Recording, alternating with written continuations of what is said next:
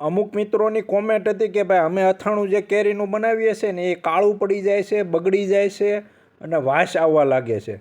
તો એ ત્રણેય વસ્તુ ન થાય અને એવું ને એવું રહે, એટલે કે 2 વર્ષ સુધી એવું ને એવું, એટલે કે આજે હોય એ 2 વર્ષ પછી ખાવ તો એવો ને એવો સ્વાદ રહે, એવો ને એવો રંગ રહે ને. એના માટે અમારા દાદીમાએ સ્પેશિયલ અમુક 2-3 બાબતોનું ધ્યાન રાખવાનું કીધું છે, બરાબર.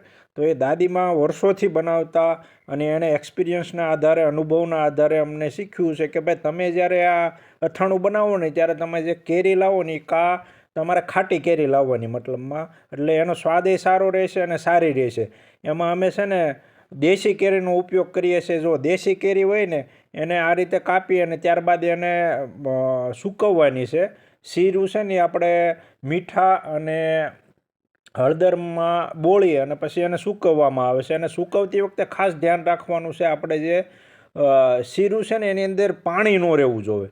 જો પાણી રહેશે ને તો બગડી જાય, એટલે ખાસ દબ્બી અને જોઈ લેવાનું પાણી રહેશે કે નહીં. પાણી જરાય પણ ન રહેવું જોઈએ. બીજું કે એને આપણે જિલ્લામાં અથવા તો કાચની બરણીમાં ભરીએ ને ત્યારે ખાસ એક બાબતનું ધ્યાન રાખવાનું છે કે એને આપણે ખૂબ દબાવી દેવાનું છે.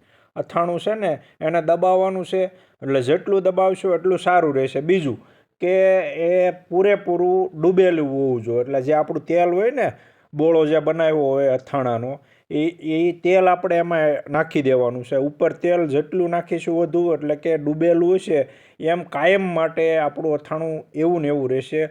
રંગે નહીં બદલે, સ્વાદે નહીં બદલે અને બગડશે નહીં. આ અમારી દાદીમાની રેસીપી છે અને દાદીમાએ કીધું એ પ્રમાણે જ અમે બોળો ને એ બધું તૈયાર કરીએ છીએ.